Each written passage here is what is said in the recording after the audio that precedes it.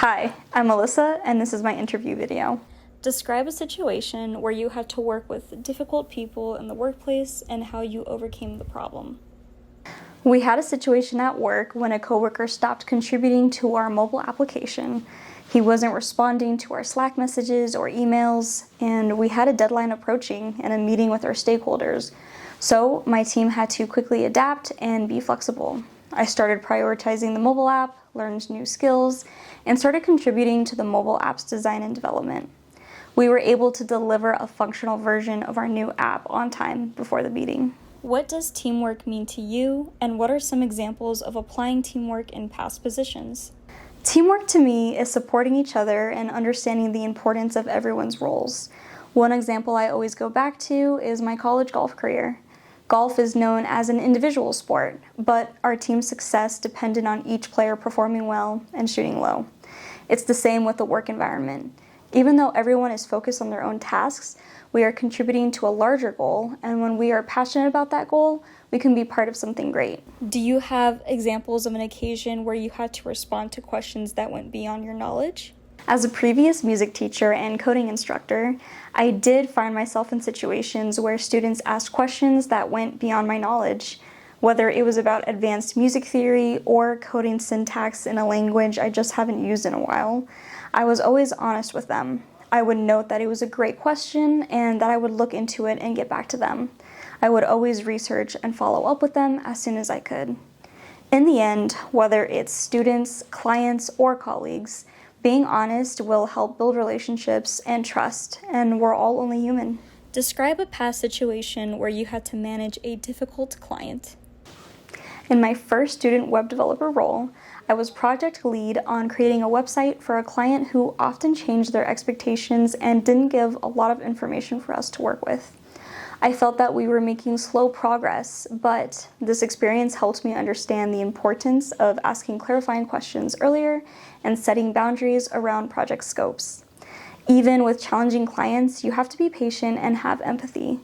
I always try to put myself in the client's shoes and think about what other stresses they have going on in life, or with this project, for example.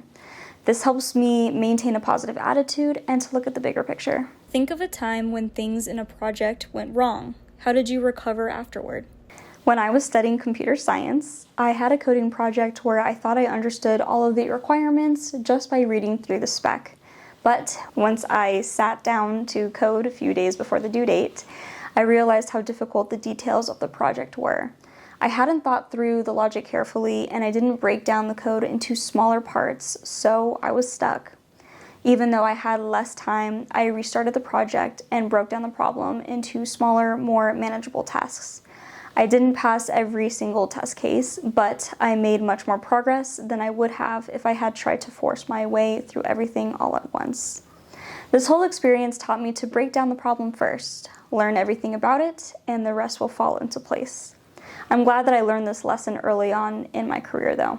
How do you prefer to be managed? I appreciate when I'm given some guidance and expectations at the start, especially at a new position or role.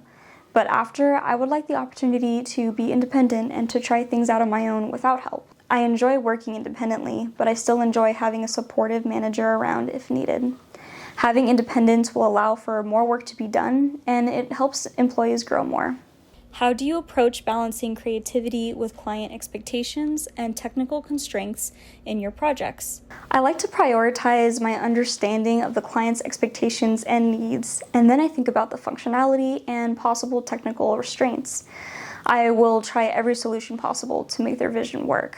Once I have completed these tasks, and hopefully with plenty of time to spare, I like to try creative ways to enhance the design or user experience while still keeping the client's vision in mind. Can you walk us through your typical project workflow from initial concept to final delivery? My workflow starts off with gathering and analyzing all of the information that I have about the project. I make a list of questions to clarify the project requirements and make sure that I have an answer for every possible edge case. Once I feel comfortable, I sketch out those ideas, go through multiple iterations, and I explore different options. I then turn what I think are my best ideas into more detailed sketches and constantly refine those.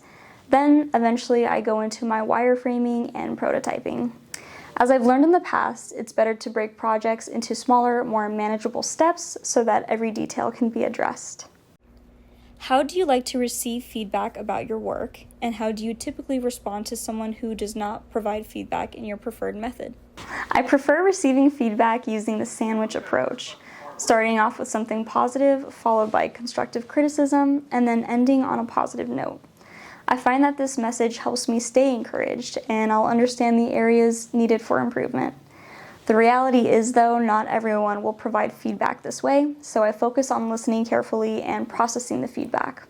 If feedback is delivered harshly, I like to take a moment to step back and reflect. Then I could have a clearer mind to make those improvements. All feedback is an opportunity to grow professionally and personally. How do you ensure your work is equitable for anyone who may encounter it? I start off by creating an accessibility checklist so that my work meets most of the important standards. I also like to create user personas and journeys so I can try to relate to different types of users as much as possible. Once the project is in its testing phase, I conduct usability tests with people of different ages who weren't involved in the project or who aren't in my field, like my family members.